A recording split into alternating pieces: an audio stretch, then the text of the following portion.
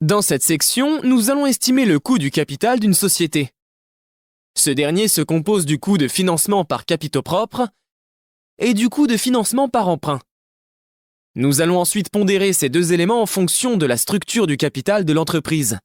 Le coût combiné des deux sera le coût moyen pondéré du capital qui finance les actifs de l'entreprise. Examinons maintenant la composition du coût moyen pondéré du capital. Le CMPC est constitué du coût des capitaux propres et du coût des emprunts. Pour calculer le coût des capitaux propres, nous allons faire appel au modèle d'évaluation des actifs financiers, ou simplement le MEDAF. Le premier élément de la formule est le taux sans risque. Le taux sans risque est généralement le taux des obligations d'État à 10 ans. Il est considéré comme sans risque car si le gouvernement allait faire défaut, il pourrait théoriquement imprimer de l'argent et par conséquent ne pas faire défaut. Ensuite, nous allons ajouter à cela le bêta de l'action de l'entreprise, qu'on va ensuite multiplier par la prime de risque.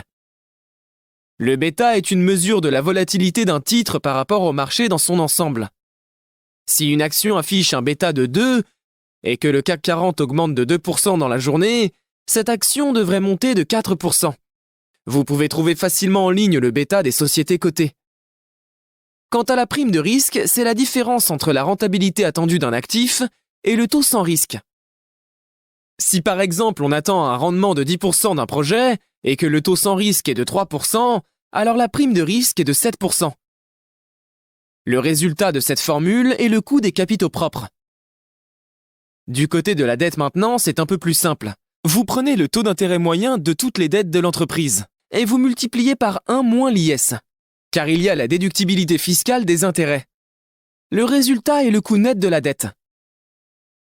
Multipliez ensuite le coût des capitaux propres par la proportion du capital qui constitue les capitaux propres. Et multipliez le coût de la dette par la proportion du capital qui constitue la dette. Et vous obtiendrez le coût moyen pondéré du capital de l'entreprise. Nous verrons un exemple détaillé du calcul du CMPC sur Excel dans les leçons suivantes.